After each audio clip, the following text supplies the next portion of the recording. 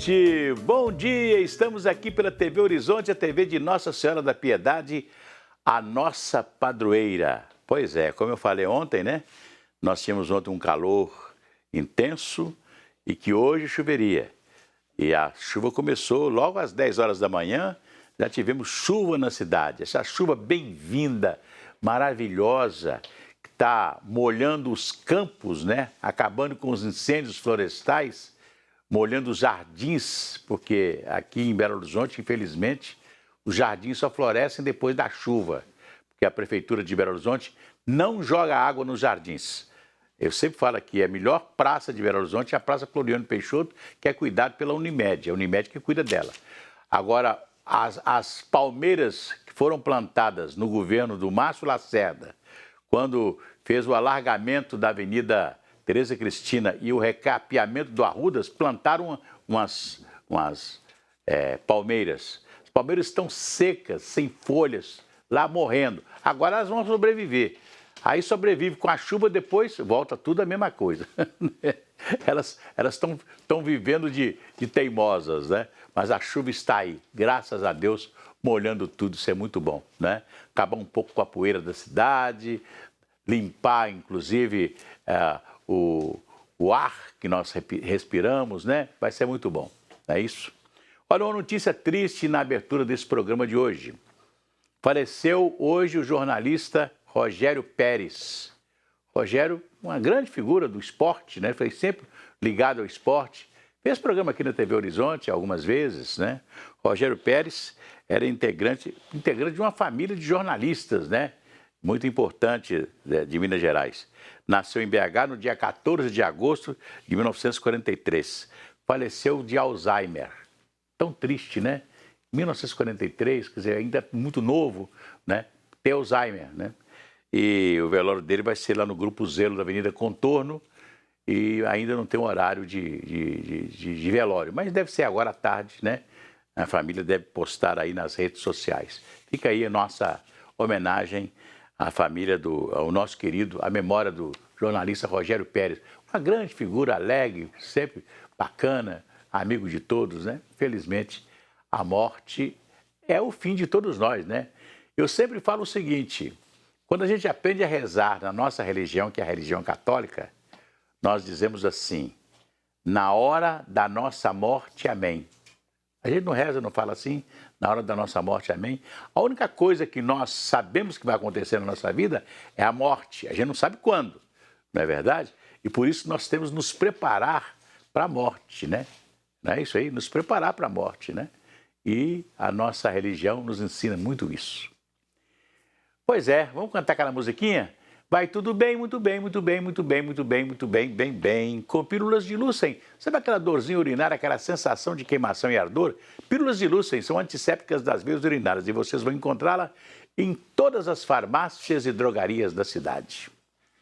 A Prefeitura de Belo Horizonte inaugurou neste mês a primeira casa de acolhimento para gestantes e puérperas em situação de rua do município, ou seja, aquelas mulheres que vivem na rua, estão grávidas, né, vão ter neném, então elas têm uma casa de acolhimento. Quem nos fala sobre isso é a Gabriele Assis. Gabriele.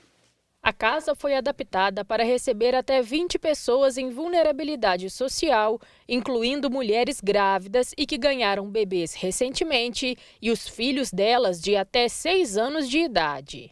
Eu achei um lugar bacana, achei muito bom, principalmente para os meus filhos tá aqui.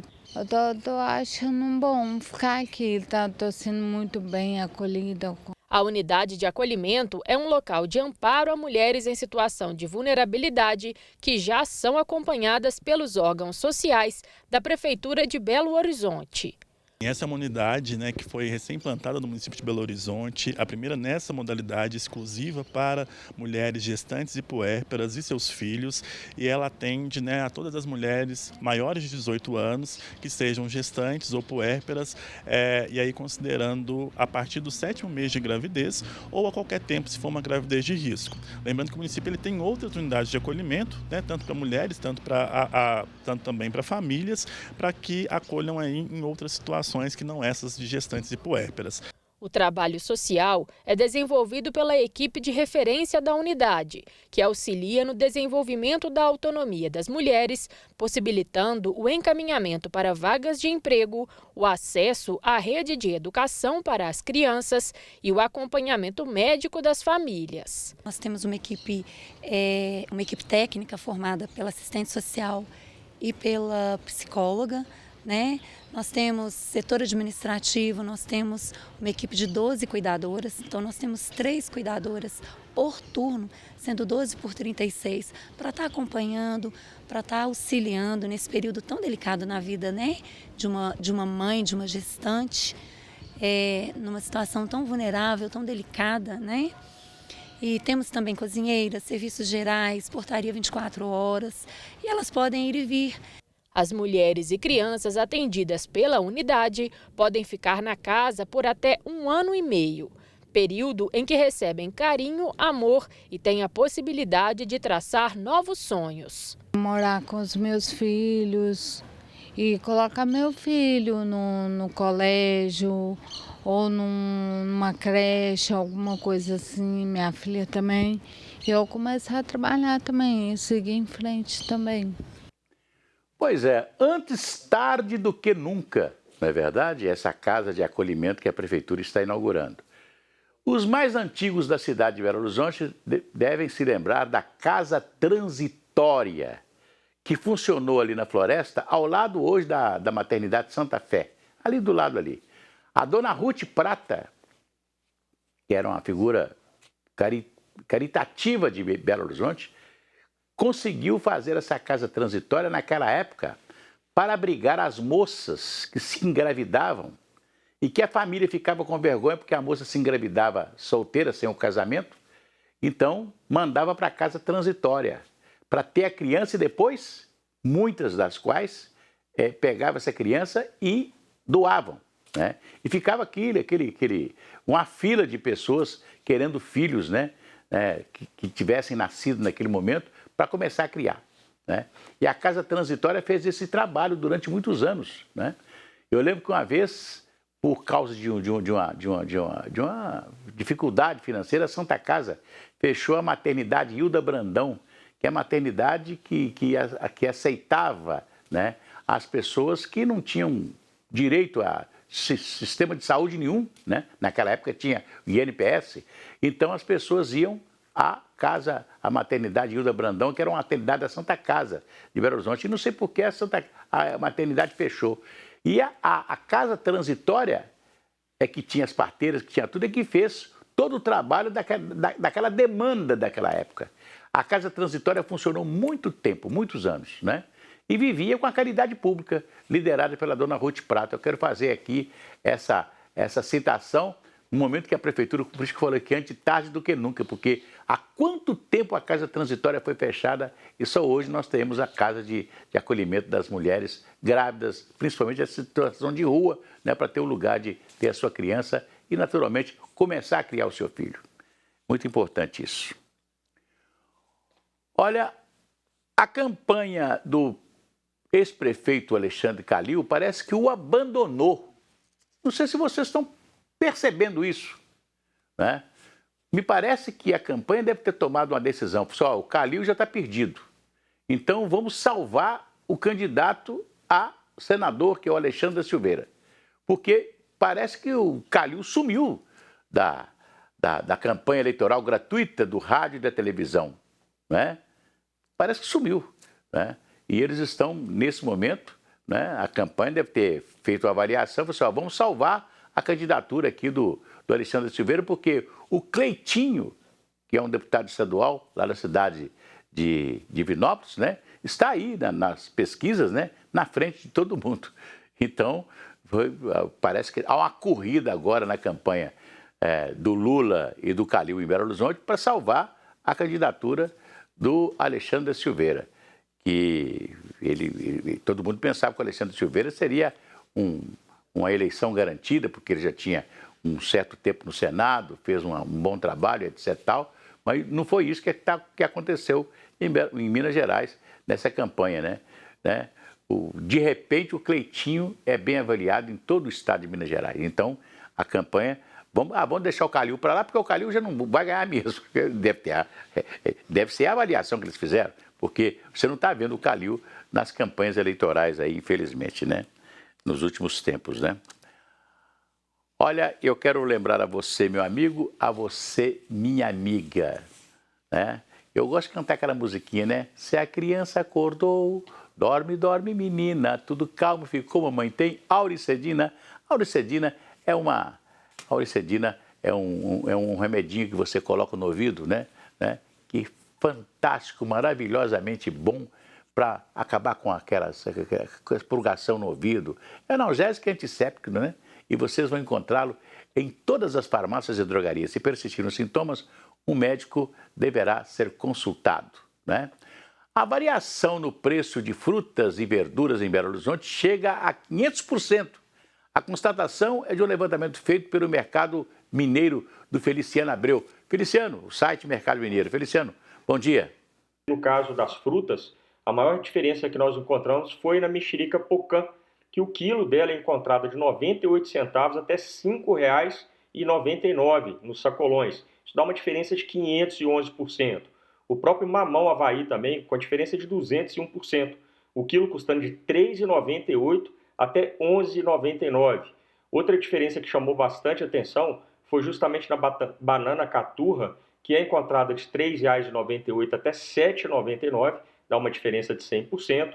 Limão Tahiti de R$ 3,98 até R$ 9,99 o quilo, uma diferença de 151%. Na batata inglesa, também com diferença significativa de 134% entre os estabelecimentos. O mais barato foi R$ 2,98, o mais caro R$ 6,99. O quilo de quiabo de R$ 4,98 até R$ 16,99, uma diferença de 241%. E o tomate comum, de R$ 1,99 até R$ 6,99, dependendo da localização e da qualidade. Aí dá uma diferença de 251%. Pois é, as pessoas devem fazer uma boa pesquisa, né? Porque você vai encontrar o tomate lá R$ 6, R$ 7, mas você vai encontrar o tomate de R$ 2, R$ 2,50, né? A pessoa tem que pesquisar, né? São vários os sacolões nas cidades aí, você encontra. Aliás, é um negócio de ABC, né? Tem ABC de tudo quanto é tipo. Agora tudo é ABC. Alimento a baixo custo. O ABC foi historicamente lançado pela Prefeitura de Belo Horizonte lá na década de 80, né? Pelo Laci Mafia, que era um economista da Faculdade de Ciências Econômicas da UFMG, muito famoso, que fazia essas pesquisas de preço, essas coisas todas. Depois foi chefiar esse setor na Prefeitura de Belo Horizonte e lançou o ABC, Alimento a Baixo Custo. Hoje tem ABC para tudo enquanto é lugar, né? Tem ABC para tudo enquanto é lugar. Então, faça uma boa pesquisa para você comprar mais barato. O governo do estado decidiu, atendendo a um pedido da Abrazel, de não decretar a chamada lei seca no dia da eleição em Belo Horizonte e também no estado de Minas Gerais. O governo entendeu o seguinte: por causa disso, os bares que estão mais ao centro das cidades, esses bares ficam fechados. Mas os da periferia, todo mundo de bar aberto tomando a mesma coisa, e a polícia, que tem obrigações no dia da eleição, não consegue, né, fiscalizar todos os bares e restaurantes de Minas Gerais. Então, existiu hipocrisia. A hipocrisia. Você não pode beber no dia da eleição. Aí o sujeito vai lá no supermercado, num dia anterior, compra tudo que ele quer beber e tem a bebida na casa dele. E qual o problema? Ele comprou a bebida na casa dele e bebe na casa dele, e aí? Né? Dizem que a proibição é para o sujeito não voltar bêbado, saber em quem está votando e etc. Tal. Aí, todo mundo... quantas e quantas vezes eu chego para votar e tem um sujeito já meio alto lá do meu lado. Lá. Quer dizer, toda a vida existiu. Então, quer dizer, é uma hipocrisia falar, lei seca, não vai poder e tal, não sei o quê. Então, domingo que vem, segundo as informações que eu obtive até agora, é que nós não teremos mais a lei seca. Os bares e restaurantes vão abrir suas portas e vão funcionar normalmente, vão vender bebida normalmente. Porque antes as pessoas compravam bebida ou tomavam. Eu lembro que meu pai tinha comércio, meu pai abria no dia da eleição, né? Que era armazém. Aí o cara queria tomar uma cerveja, agachava lá num outro lugar, lá, escondia, tomava cerveja, bebia cachaça, é a mesma coisa. Ninguém fica sem beber. E parece que o dia que tem lá em seca, parece que o cara dá mais vontade de beber. Então, deixa aberto que pelo menos, né? O cara não fica com essa vontade imensa de beber uma cerveja, de beber uma outra bebida, né? Porque é o dia da lei seca, está proibido. Parece que tudo que é proibido fica mais gostoso, não é verdade? Então, já deixa aberto. É a decisão do governo do Estado que vai ser anunciada. Olha, cerca de 1.000 jovens de 120 países acompanharam a assinatura pelo Papa Francisco do Pacto pela Economia de Paz. O Brasil teve a segunda maior delegação no evento realizado em Assis, lá no local onde nasceu o nosso querido São Francisco. Eu já estive lá. André Cristino conta essa história, André. Assis se tornou a capital da economia do futuro. Foi na cidade italiana que jovens do mundo todo se reuniram para discutir a economia de Francisco e Clara, um modelo de desenvolvimento econômico sem que haja degradação de pessoas ou do planeta. Faz 3 anos que nós estávamos esperando por esse momento, mas não numa espera passiva, né? Nós trabalhamos muito durante esses 3 anos, muito à distância, então muitas das pessoas que a gente ainda não tinha conhecido presencialmente, nós estamos podendo conhecer hoje.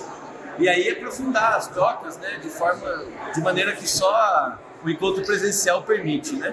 E algumas falas muito inspiradoras, para pensar um exemplo, como a do Padre Wilson Grow, lá de Florianópolis, que trabalha há 40 anos com as periferias, que nos desafiou a construir uma economia realmada que promova teto, trabalho e terra, que é a mensagem do Papa Francisco para todos e todas que vivem nesse mundo, né? Em maio de 2019, Papa Francisco relatou em uma carta o desejo de reflexão e caminho de ações concretas visando uma nova economia.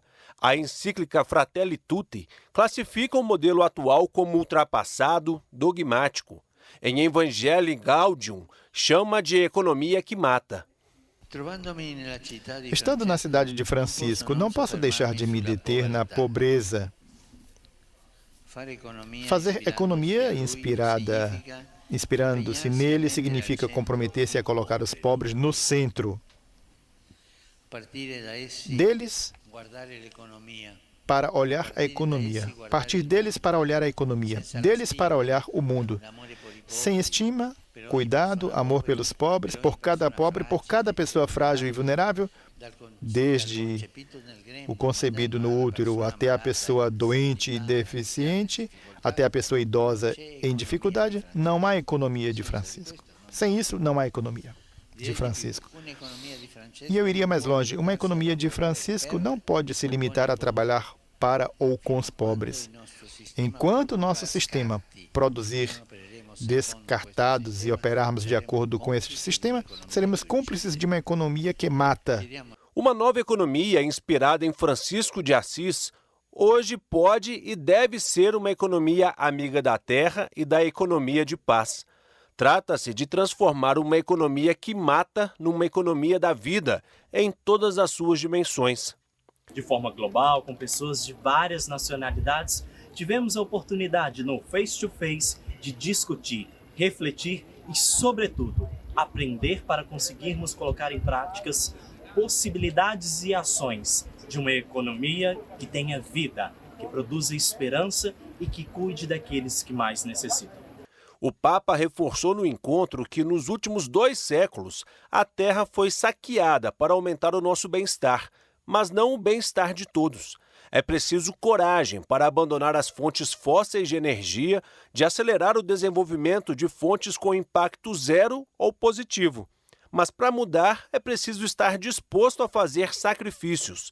Apesar dos desafios, os jovens mostraram ser possível a mudança. A América Latina traz contribuições de territórios, contribuições populares, contribuições muito fincadas naquilo que é uma questão de construção de bairro, construção de comunidade, construção de classe, construção de gente que trabalha, de movimento popular. E 2, com a certeza que a gente tem que preservar a nossa esperança, preservar a rebeldia que nos move, esse amor que nos move. Ou como disse Pedro Casaldáliga, nós temos amor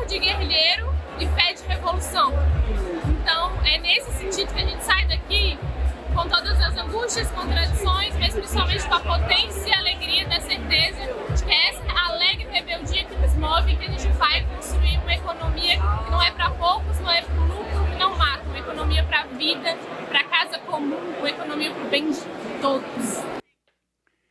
Pois é, nós estamos vivendo, né, primeiro, essa palavra do Papa, né, com os jovens em Assis, né, essa reunião muito importante, né, de a gente ter um olhar para a pobreza, não é verdade? Aquelas pessoas que são pobres de tudo, né, de espírito, né, e vivem numa pobreza absoluta, né, e a gente tem que tentar trabalhar, nós vamos trabalhar para isso que existem vários segmentos, né, da sociedade, não só do mundo, mas do Brasil aqui, por exemplo, que está cuidando das pessoas em dificuldade, mais pobres, né? Eu sempre falo o seguinte, a gente tem que combater a pobreza, né? Combater a pobreza no lugar onde ela existe mais, né? Então eu acharia, no meu modo de ver as coisas, que nós tínhamos que trocar muitas ações, inclusive de governo, né, pela educação. Você já pensou se você pegasse, por exemplo, um bolsão de pobreza, como vamos lembrar aqui a favela da Serra, que é um bolsão de pobreza em Belo Horizonte, né? Se você pegasse ali e colocasse uma grande escola de tempo integral, você estava combatendo a pobreza, você está com ações sociais, etc. Mas aquela escola de tempo integral, pegando a criança desde sua tenra infância, né? Desde novinho, né? Lá no maternal, e só sair da escola quando já tiver a pessoa formada, né? Com profissão definida e etc. Aí nós vamos combater essa pobreza absoluta que vem através da falta de educação, da ignorância, não é verdade? Do alfabetismo, né? A pessoa que está, inclusive, sem saber ler e escrever. Então, você salva as almas para o mundo, né? Isso seria coisa muito importante a gente fazer, né? Então, seria uma forma também de combater essa pobreza. E eu quero finalizar o programa de hoje chamando a sua atenção. Nós estamos chegando numa campanha eleitoral atípica no Brasil que nós nunca tivemos, né? E eu quero que você preste muita atenção, né? Muito cuidado com os fake news que hoje nós temos uma realidade que é o telefone, não é verdade? Que são as redes sociais. Muito cuidado com fake news, muito cuidado com tudo aquilo que pode, né, tirar um pouco da sua tranquilidade na hora da votação. Um abraço e até amanhã.